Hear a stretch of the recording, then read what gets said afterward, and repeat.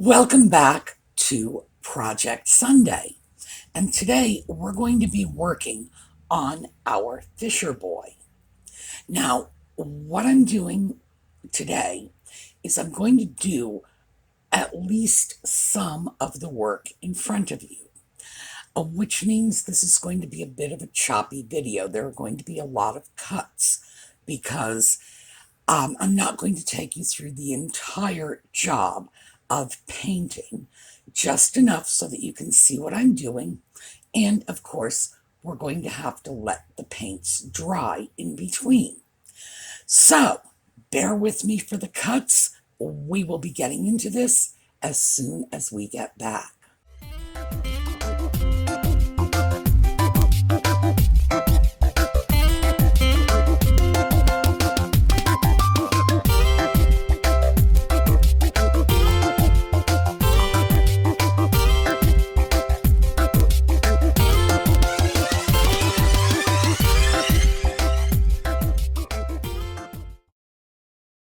All right, so what I started doing with the Fisher Boy is removing the glue.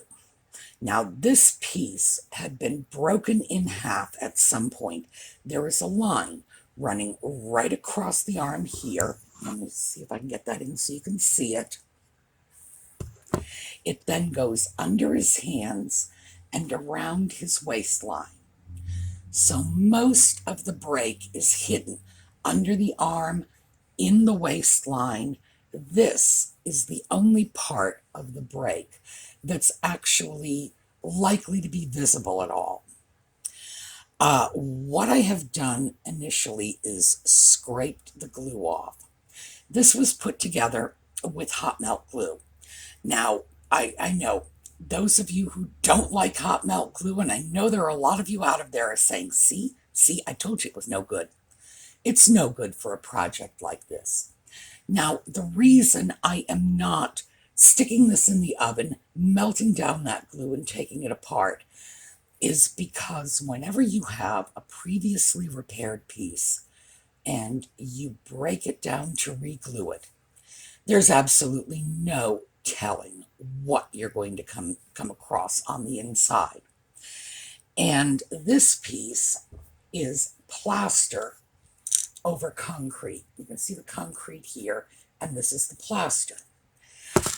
I'm really not sure which came first, if they just did a plaster cast and poured in the concrete, which is what I think they did, or if they started off with some sort of concrete block and laid the plaster over it. In any case, I have no idea how bad this is going to look once I get on the inside, knowing that someone who really didn't know what they were doing glued it together in the first place and may well have done all kinds of other stuff in there that I don't know about, or the break could be worse than I imagined. In any case, because the glue job was good enough, in other words, this isn't terrible, it's not like misaligned badly, there are no big gaping pieces missing, I'm going to leave it as is and simply work with what I've got. Frankly, I think it's the safest thing to do, because taking it apart, I could find myself with a worse mess than I have now. So what I had to do was scrape the glue off this seam, because hot melt glue oozes out the cracks. And ordinarily, when you're using hot melt glue, you get rid of that excess glue while it's still warm and pliable and easy to remove. Heaven only knows how long the glue has been set up on this piece. Your guess is as good as mine. So it was solidified completely. It was hard. I had to take a knife to remove it. I did not do that on camera, mostly because if I had slipped with the knife, there'd be a lot of blood, and then that's not family friendly. But I just cut it off with a sharp knife and then smooth the edges down a little. I can still feel that seam. And I won't know until it's painted what it's going to look like, but I have a feeling it's not going to be too bad. So, we know our colors because there is enough residual color on this piece to tell us what it's supposed to look like. So, we have black because the boy's face, his arms, and his feet are all black. And I'm also going to put an undercoat of black on the stump he's sitting on because I would like black in the crevices, and then brown on the wood. I think that will give it a little more three-dimensional look. So most of this is going to be painted black. Next color I have is a red. Now this looks rather dull when you look at it through the bottle, but it's cardinal red, and this is sort of a fire engine red color. I'm going to have to mix this with a little bit of brown to get this sort of, turn this around so you can see. This is not a bright red. This is a dull red. A little brown will dull that down a bit. The pants are sort of a goldish color. And I have this is yellow ochre. And this is actually going to be a pretty good match for those pants. And I probably won't have to do anything at all to it. And then finally, I have a brown called coffee bean. It seems a little dark to me, so I'm probably going to mix a little bit of the yellow ochre in with this to lighten it up a little for the stump. This is the main brush I'm going to be using. As you can see, it's a large brush, but I've got a lot of area to cover, and this brush will cover it very quickly. This is not a fancy brush. I got this in a bag of brushes from Michael's. I think it's 25 brushes for like $5.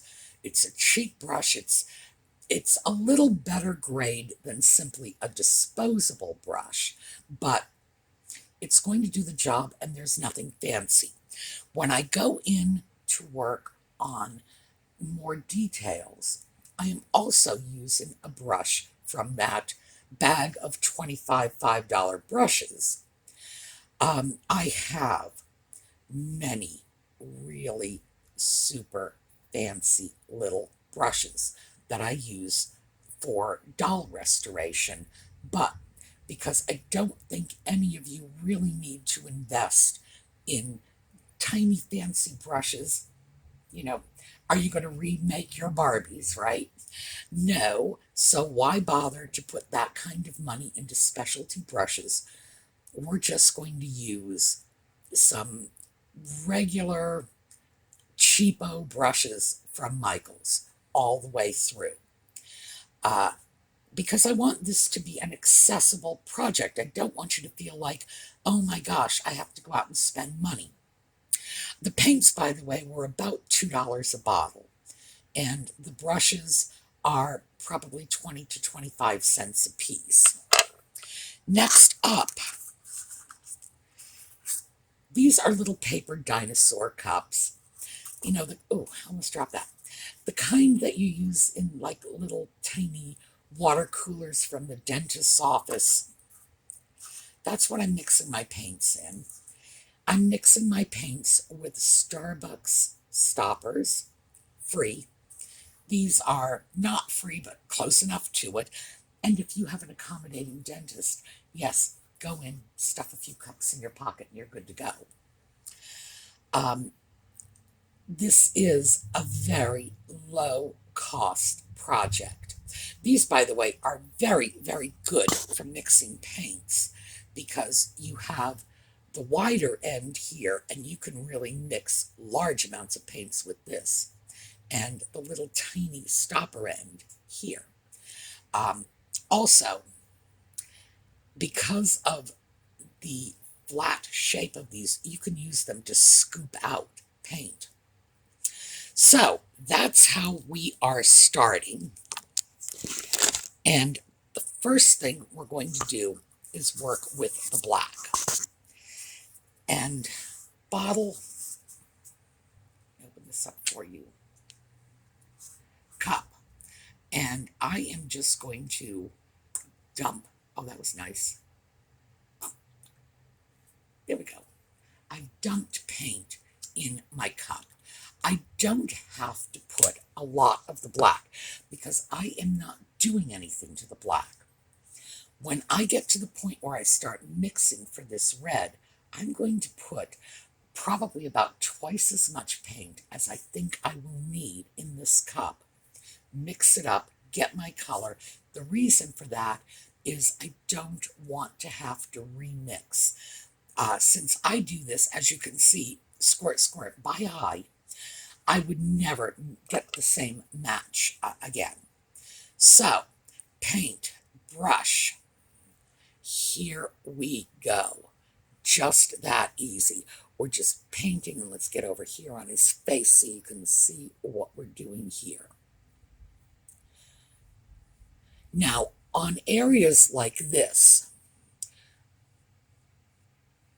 where, as you can see, there's a good black undercoating, I want to get paint all over it. In other words, I want to completely repaint all of the black.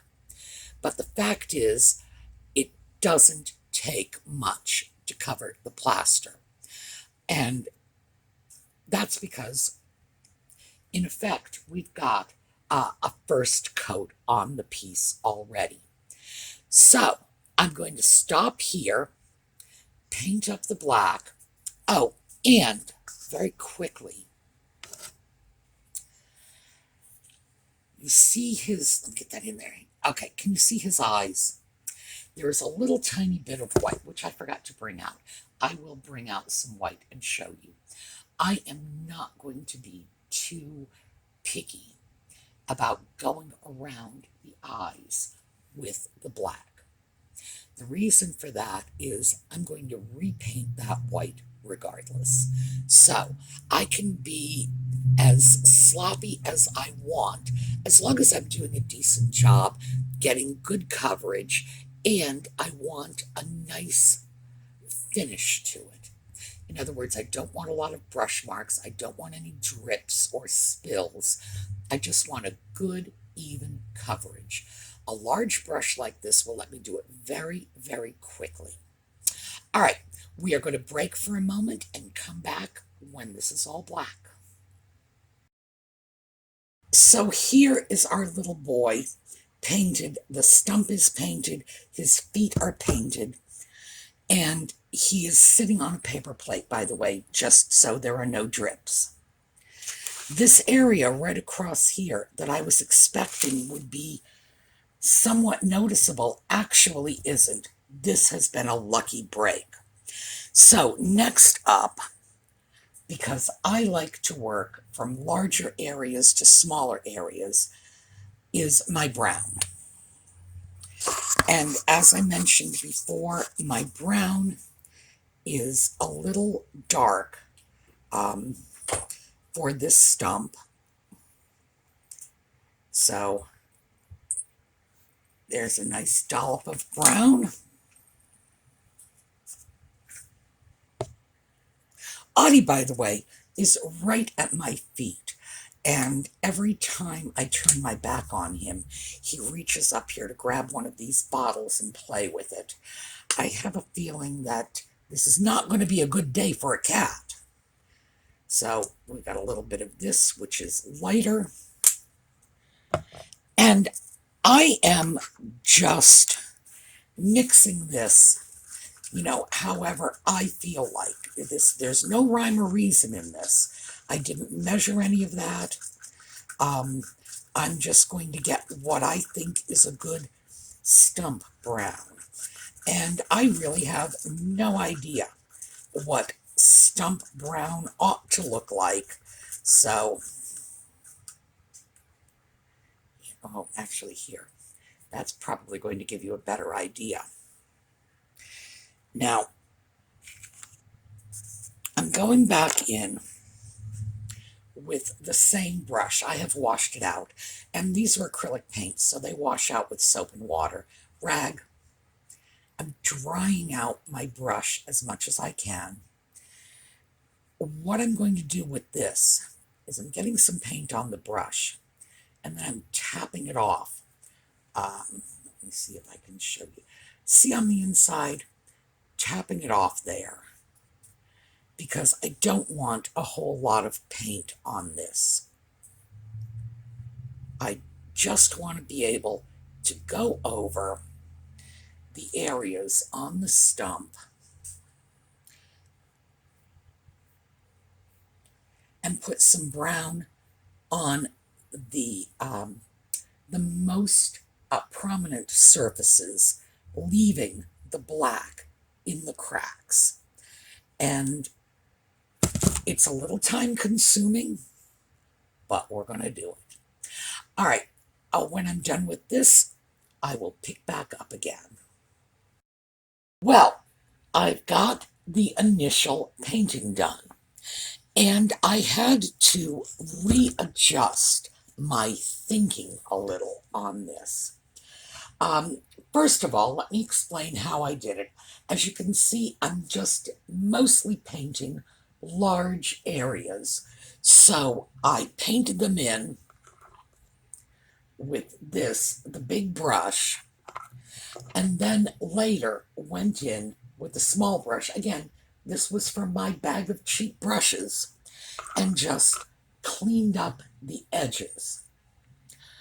I was not going to use the cardinal red by itself, but because it was mostly painted over black, I feel it's dull enough, so I'm actually happy with it. Now, let me set him back down. The eyes. And I get a lot of questions about that, because that's one of the things you do when you're painting dolls. You end up painting dolls' eyes. If you will recall, this eye, his right eye, no, his left eye. I can't even tell my right from my left anymore. Sign of old age. His left eye, I had overpainted a lot. And there was some overpainting on the right eye too. Because this is a molded piece, things like eyelids and eyeballs are all kind of molded in. And when it was originally painted, the paint didn't always match up.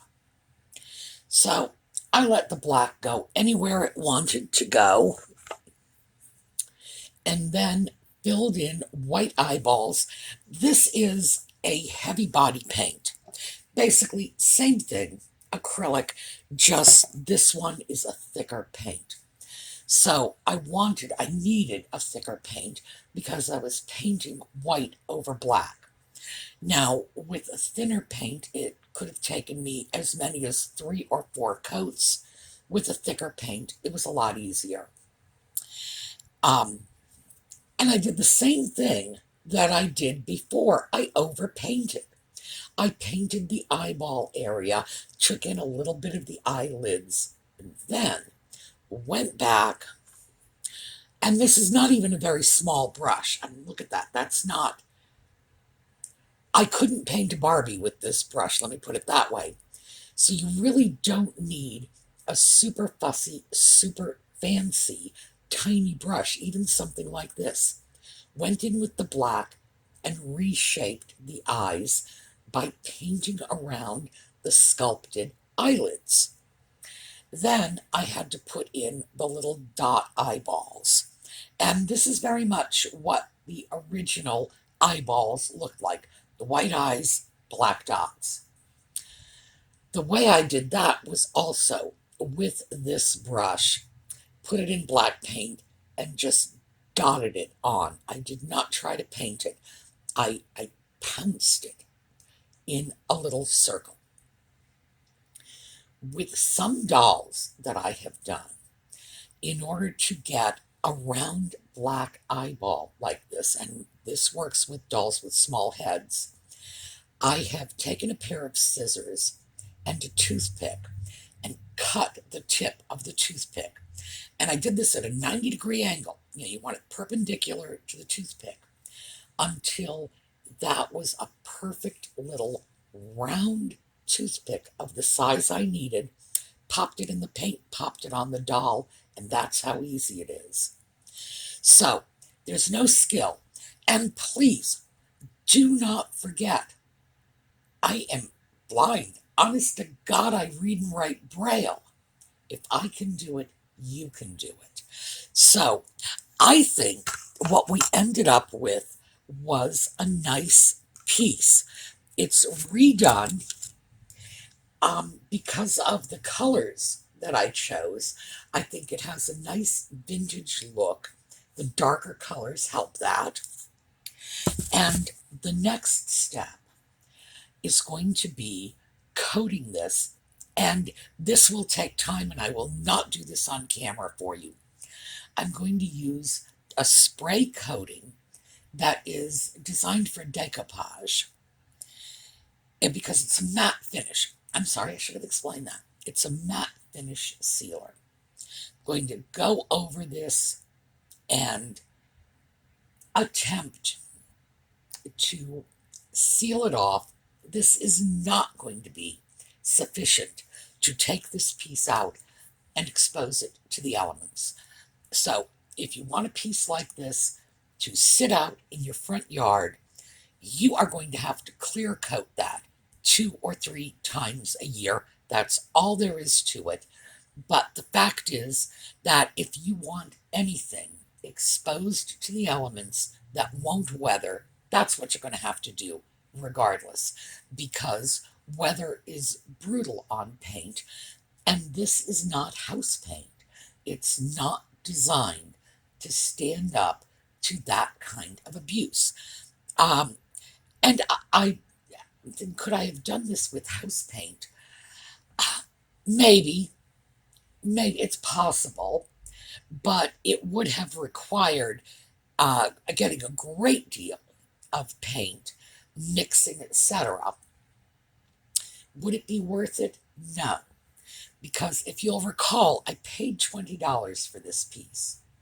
Now, this piece is going to go directly to the buyer for the $20 and whatever it is Etsy will charge me in terms of a seller fee.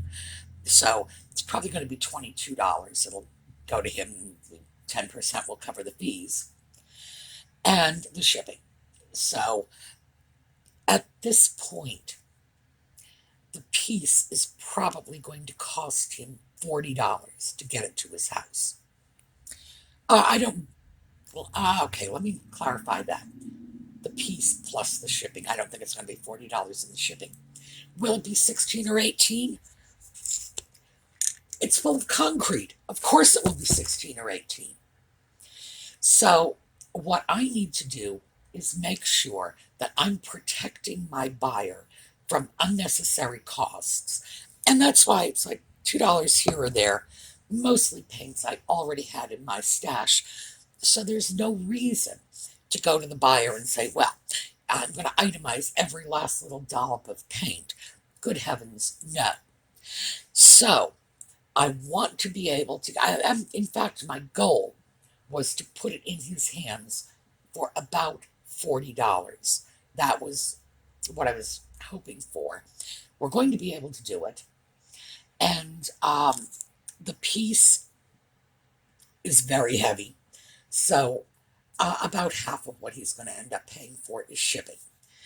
And the piece will have a home. I assume he wants to keep it indoors. I hope he does. If he doesn't, I'm going to make sure he's very, very clear about the fact that he's going to have to recoat this frequently because it will be outside. The other factor in leaving a piece like this outside is that glue joint from the previous break was done with hot melt glue. And hot melt glue can melt when it's excessively hot out, and it can freeze and crack when it's cold out. So I'm just going to strongly suggest you consider this an indoor piece. All right, so there you have it. It's just going to be coated for protection. The little fishing pole, which you've already seen, is going back. I will make sure to photograph that fishing pole because I'm doing before-after photos on this. So I'll make sure you get a chance to see the fishing pole. And next week is going to be the multiple coats of clear finish. But pretty much this is it. It's a simple, inexpensive job that anyone can do. And I strongly encourage you to do it because I would say most of the time I spent on this was staring at it, waiting for the paint to dry. So, quick, inexpensive, no talent. And, that's what I want you to tell yourself. If that old blind woman can do it, I can sure do it. Prove to me you can do a better job, huh? All right. We will see you Thursday night for book club. And then we're going right back into our regular videos Friday, Saturday, Sunday morning.